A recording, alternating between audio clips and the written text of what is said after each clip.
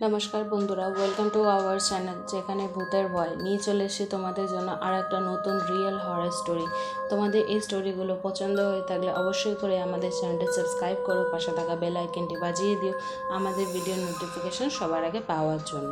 আর অবশ্যই করে লাইক করো, কমেন্ট করে জানিও তোমাদের স্টোরিটা কেমন লাগছে, আর তোমাদের বন্ধুদের মাঝখানেও শেয়ার করো। তোমাদের সাথেও যদি এমনি কোনো রিয়েল হরর এক্সপিরিয়েন্স হয়ে থাকে তো অবশ্যই আমাদের সাথে শেয়ার করো। ইনস্টাগ্রামের লিঙ্ক নিচে ডিসক্রিপশনে দেওয়া আছে, সেখানে এসে আমাদের সাথে শেয়ার করতে পারো, আমরা তার উপরও ভিডিও আনবো।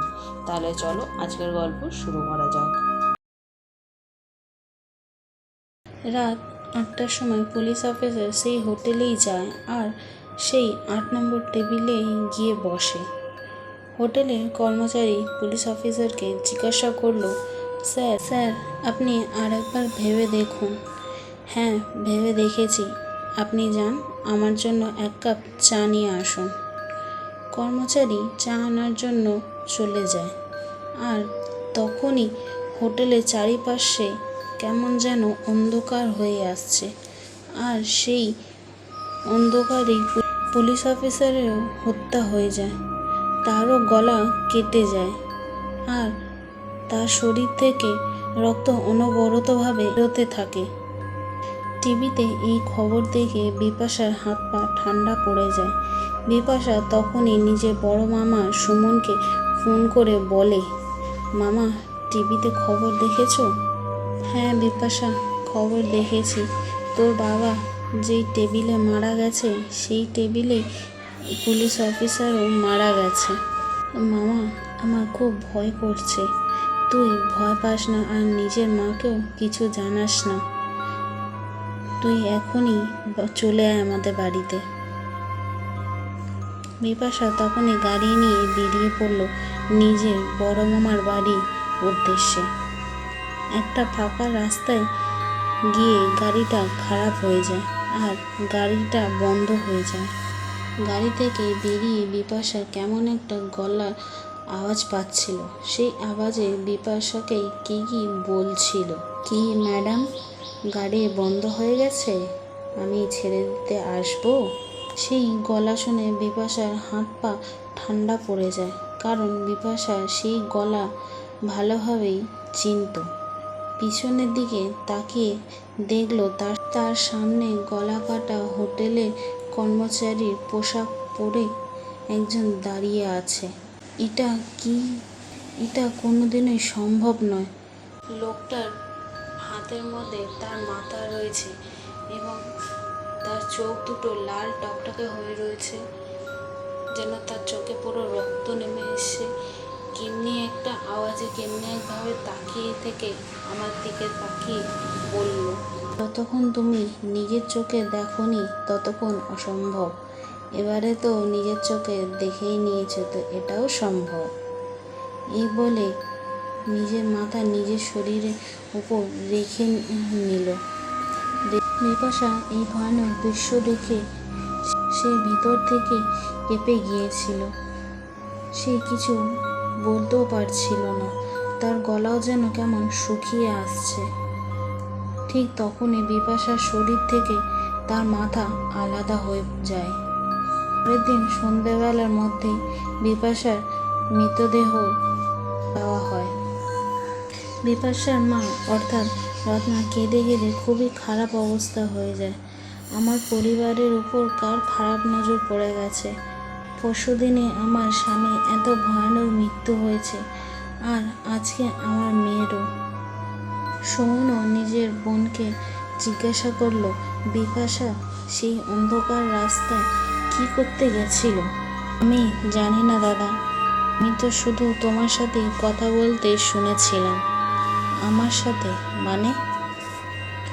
ফোনে মামা বলে কথা বলছিল, কিন্তু আমি তো কোনো ফোন করিনি। এই বলে সুমন নিজের ছোট ভাইকে অর্থাৎ উজ্জ্বলকে ডাকলো। কি হয়েছে দাদা? যখন জামাইবাবুর মৃত্যু হয়েছিল তখন এই জিনিসটি লক্ষ্য করিনি, কিন্তু বিপাশার মৃত্যুও ঠিক সেমনিভাবেই হয়েছে যেমনিভাবে জামাইবাবুর মৃত্যু হয়েছিল। আর সেই পুলিশ অফিসারও তো অফিসারও তো সেই সেই হোটেলে কর্মচারীকে মনে আছে যে আমাদের বিপাশার সাথে অভদ্রতাম করছিল? হ্যাঁ, মনে আছে। ওই ছেলে হোটেলেই তো কাজ করতো। এবার আমার সব কথাই মনে পড়ছে। ওই হোটেলেই তো জামাইবাবুর গলা কাটা হয়েছিল, আর সেই টেবিলেই পুলিশ অফিসারেরও মৃতদেহ পড়েছিল। আজ থেকে কিছু মাস আগে আমরা দুজনে মিলে বিপাশার সাথে সেই টেবিলে বসেছিলাম আমরা। এখন মনে পড়ছে এই সব কিছু সেই ছেলেটাই করছে। কিন্তু দাদা, সেই ছেলেটা তো হোটেলের ছাদ থেকে পড়ে মরে গেছিল। কিন্তু এই কথা তো শুধু আমরা দুজনেই জানি। ছেলেটার ছাদ থেকে আমরাই ঠেলে ফেলে দিয়েছিলাম। নিচে পড়ার সময় কাঁচে লেগে তার মাথা থেকে শরীর আলাদা হয়ে গিয়েছিল। উজ্জ্বল এই কথা শুনে অতিরিক্ত ভয় পেয়ে গিয়েছিল আর বলল, আমরা কার কাছে গিয়ে এখন সাহায্য চাইব? আমি একটা পুরোহিতকে চিনি, হয়তো উনি আমাদের কোনো সাহায্য করতে পারে। তাই দুই ভাই মিলেই সেই পুরোহিতের কাছে গেল। সেই পুরোহিত সুমন আর উজ্জ্বলকে দেখে বলে, তোমাদের উপর তো একটা অতৃপ্ত আত্মা ঘুরছে। তোমরা সত্যি করে বলো তো কি করেছো, তাহলেই আমি কিছু করতে পারবো। আর হ্যাঁ, কিছু লুকিয়ে রাখবে না, আর কোনো মিথ্যা কথাও বলবে না।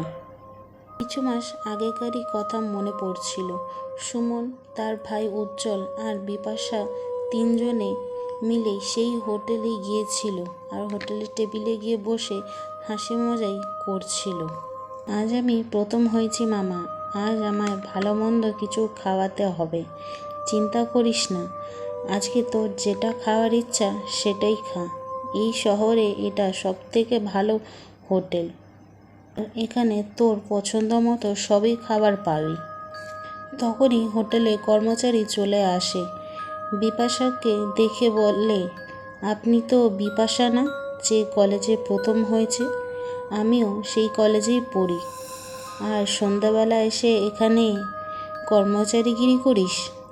নিজের অকাতে থাক। কলেজে পড়া আর কলেজে প্রথম হওয়া দুটো আলাদা কথা। আমার সুন্দর মেয়েকে দেখে কথা বলা বন্ধ কর। আপনি কি বলছেন? আমি তো শুধু ওনাকে অভিনন্দনই জানাচ্ছিলাম। আর আমার যা কাজের কথাই তো কোনো কাজই ছোট বা বড় হয় না। ব্যাস, অনেক কথা শুনে নিয়েছি তো, এবারে যা, আমাদের অর্ডারগুলো নিয়ে আয় আর নিজের অকাদের মধ্যেই কাজ কর। বিপাশার কথা শুনে ছেলেটা খুব রাগ হচ্ছিল। আপনি অন্য কাউকে ডেকে নিন না, এবারে তুই আমাদের জন্য খাবার নিয়ে আসবি আর আমাদের পরিবেশনও করবি। আপনি কাউকে বাধ্য করতে পারবেন না। এই বলে ছেলেটা ওখান থেকে চলে যায়। রেগে গিয়ে নিজের মামাকে বলে, ছেলেটা সবার সামনে আমায় ছোট করে দিয়ে গেল, আর তোমরা দুজনে কিছুই বললে না। চিন্তা করিস না বিপাশা, কোনো কথা আজকে তোর মন ভাঙতে পারবে না। ওই ছেলেটাকে যতক্ষণ না ওর কথা বলার শাস্তি দিচ্ছি, আমরাও এখান থেকে কোথাও যাব না। তখনই উজ্জ্বলের চোখ ছাদের দিকে পড়ল। ও দাদা, ছেলেটা আমাদের মানা করে ছাদে গিয়ে দাঁড়িয়ে আছে। এই শুনে সুমন দাঁড়িয়ে বলল, ভাই আয় তো আমার সাথে। তারা দুই ভাই মিলেই হোটেলের ছাদে চলে যায়, যেখানে হোটেলের কর্মচারী দাঁড়িয়ে ছিল। আপনারা দুজনে এখানে? তোর সাহস কিভাবে হলো আমাদের মেয়ের সাথে অভদ্রাম করার? হঠাৎ করে উজ্জ্বল ছেলেটাকে ধাক্কা দিয়ে দিল। সে সোজা ছাদ থেকে নিচে পড়ে গেল। নিচে পড়তেই তার শরীর থেকে তার মাথা আলাদা হয়ে যায় আর সে ওখানেই মারা যায়। এটা তুই কি করলি? উজ্জ্বল, দাদা, আমি রাগের মাথায় ঠেলে দিয়েছি, ভাবিনি ছেলেটা নিচে পড়ে যাবে। এখান থেকে আগে দাদা, পুলিশ আসলে তো সব কিছুই জানতে পেরে যাবে। চিন্তা করিস না, এখানকার পুলিশ অফিসার আমার ভালো বন্ধু, কিছু টাকা খাইয়ে এই কেসটা বন্ধ করিয়ে দেবো। এই বলে পুরোহিতের দিকে তাকিয়ে দেখলো সেই ছেলেটাই বসে আছে। আর ঠিক তখনই ওই হোটেলে নিজেকে হোটেলের ওই ছাদেতেই পেল তারা দুই ভাই। বারবার করে ক্ষমা চেয়ে যাচ্ছিল। হঠাৎ করে তারা দুজনেই হাওয়ায় উড়তে উড়তে হোটেল থেকে নিচে পড়ে যায়, আর তাদেরও শরীর থেকে মাথা আলাদা হয়ে যায়, সেখানেই ওরা মারা যায়। ছেলেটাও হাসতে হাসতে হাওয়াতে মিশে যায়, হয়তো তার আত্মা শান্তি পেয়ে গেছে।